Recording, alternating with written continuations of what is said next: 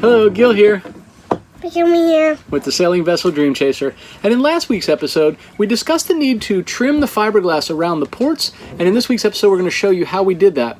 We also are going to show you how we repaired rot that was in the core of the coach house where the ports had leaked over time. Before we get started with the rest of the video, however, it got cold this week, and we had this.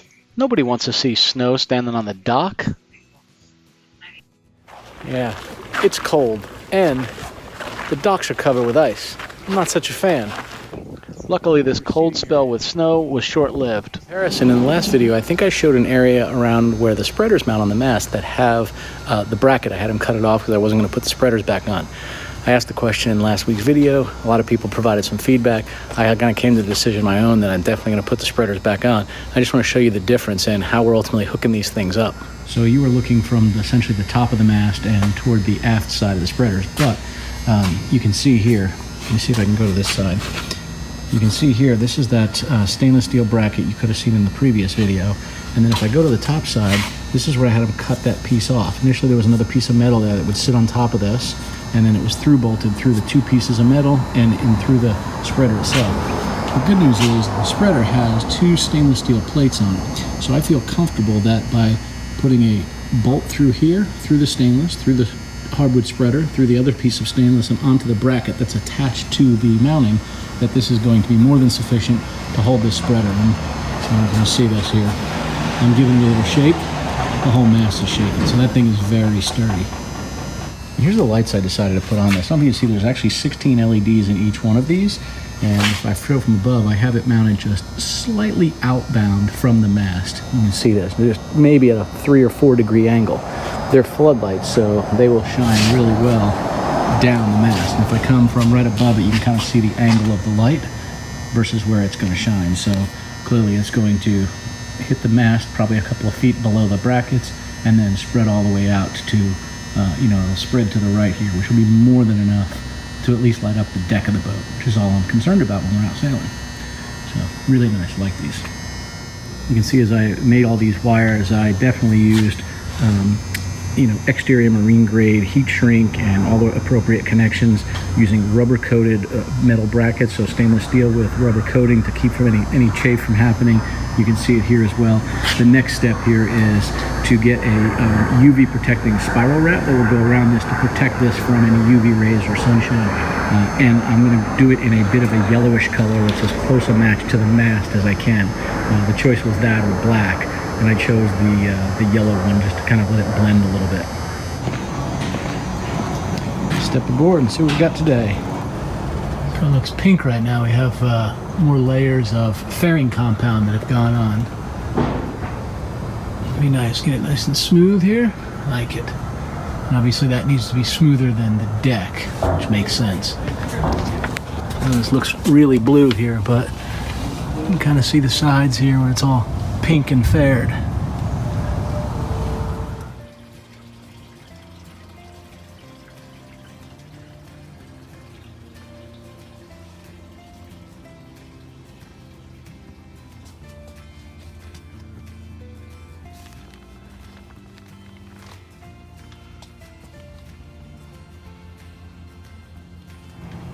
So this is one of the ports where the wall was a little bit rotted, the coach house wall, and you can see here the glass goes right up to the edge of the inside of the window. I actually need to have that trimmed back to about here, which I will route.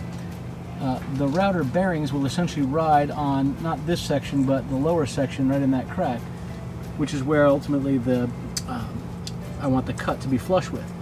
What I'm concerned about though is, you might notice right down in here I have this area of rot between the inner core and the outer core. There's a fiberglass, an outer layer of wood, an inner layer of teak, and then there was fiberglass core. The fiberglass core, as you can see, is rotted in some areas. And rather than replace this entire coach house wall, what I'm going to do instead is I'm going to fill this with small pieces of plywood coated in epoxy, and I'm going to essentially fill that void with those, and then I'm going to run a thickened epoxy mixture in this entire wall here, just to essentially plasticize? I don't know if that's a word. Essentially, it's going to be a solid epoxy wall as soon as I'm done. So what I'm going to do is I'm going to mark these and I'm going to cut them a little bit short. Ideally, I want this to be below the surface where I want it, and then I will fill the void even with epoxy and then smooth it out after that. These are really just there to take up some of the space, so it's not a solid epoxy wall, but rather it's an epoxy and wood and micro balloon filled surface area. And again, I'm going to cut each of these short because I don't want it to be all the way flush here. I want these things to stick up a little bit. Sorry, I don't want this to be flush. I want them to be recessed by a bit. All right, as you saw, I cut all of the small pieces of wood that are going to fill in there, and now I'm about to mix up some thickened epoxy that I will use to butter each side of those pieces of wood and wedge them down in there. I'm not looking for finished quality at this point. This is really all about just filler. As a matter of fact, I want to leave some voids between each of those pieces, because once I've taken up a good portion of the space, if you will, in that gap or that opening, I also want to mix up some epoxy and pour it in. Good tip for you. Popsicle sticks. I get these wide craft sticks or popsicle sticks. They're perfect for mixing up epoxy, especially if you're mixing in some kind of a micro balloon or something to thicken it with. And they also work good for actually using like a little spatula to get down into some little voids. I'll use these as well to butter, if you will, both sides of that epoxy covered pieces of wood as I push them down into that void. I didn't show it on video, but just so you know, that opening in the port that you just saw, the way I prepared that was I took a scraper and a screwdriver and I kind of gouged out any of the loose plywood coring, and then I used a shop vac essentially with a narrow tip, and I pushed it down in there to suck any of the pieces out of there. You know, it probably would have been okay with them staying in there. It would have just been more filler material, but I didn't want a chance that the epoxy didn't settle all in throughout those voids. So that's the reason why I'll use a thin epoxy once I have these pieces put in with thickened epoxy to glue them in place. The thin epoxy will penetrate and flow in any of these openings and fill this entire thing. I'll do that while Deb's down below, making sure nothing's dripping in the cupboard below. I don't believe it will, but we'll make sure. So here we go. All right, we're just going to mix up some epoxy. You guys have probably seen us do this before.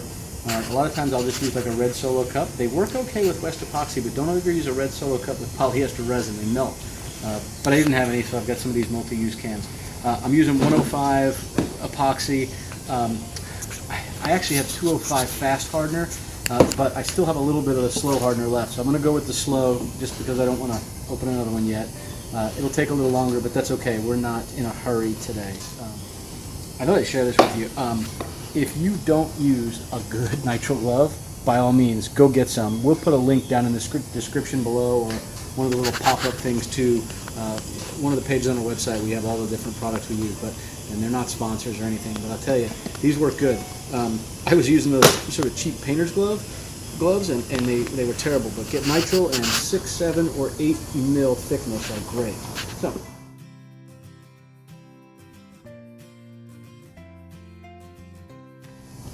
Alright, so we've mixed this for 60 seconds, and I know this is in a 405 filleting blend box. That's actually not what it is.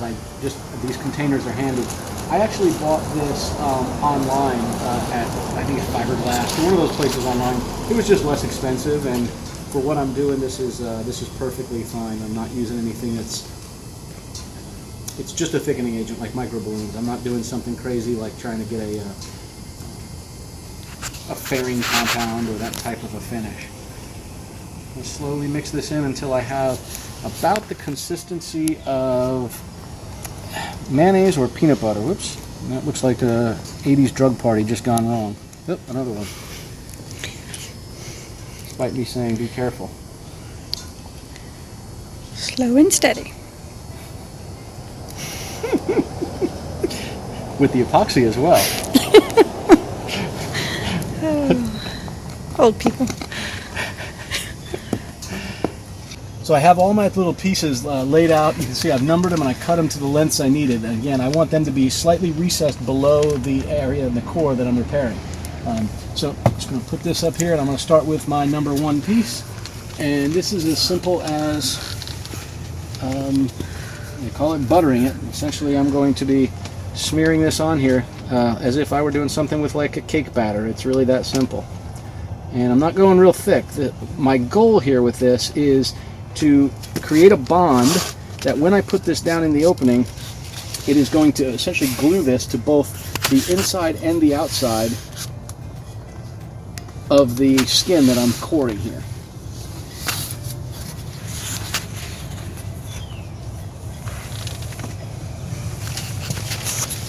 Alright, so I've got my piece, and I'm just going to slowly put this right down in the spot that I want it. And again, I want this recessed below where it needs to go. So that's why you see I've cut them lower than what I expected it to be. And now it's just a matter of repeating the process. So I'm buttering each of these small segments of wood on both sides. And as you can see here, I'm pushing them down into the gap between the inner wood trim and the outer wood trim that's right behind the faired fiberglass. And it started raining outside, but these tarps do a good job of letting us continue working on the deck of the boat. This is a little nerve-wracking. Did all this beautiful fiberglass work, and I'm about to try cutting it. Makes me nervous, but here we go. I'm using a trim router with a trim bit, which essentially is for trimming formica off the edge of a countertop or something. It worked okay, but honestly I needed more like a dado bit for some of the other ports. I'm not showing it in this video, but this didn't work for all of them. Last thing on today's agenda is putting up the flag halyard on the mast. Grabby.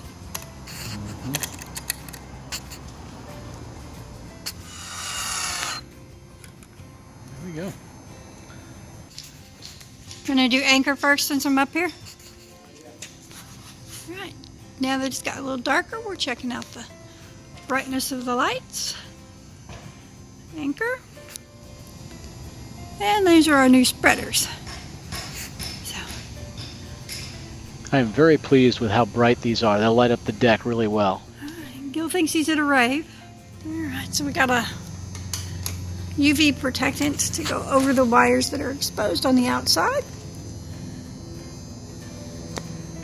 This UV protection material works pretty well. You can cut it with a razor blade to the length you want, and if you just open up the first little gap and get it started, you just kind of twist it and it will work its way right up the wire to whatever length you need. It probably took about 5 or 6 minutes to do this, and we have plenty of spares for any other work we do outside in the future.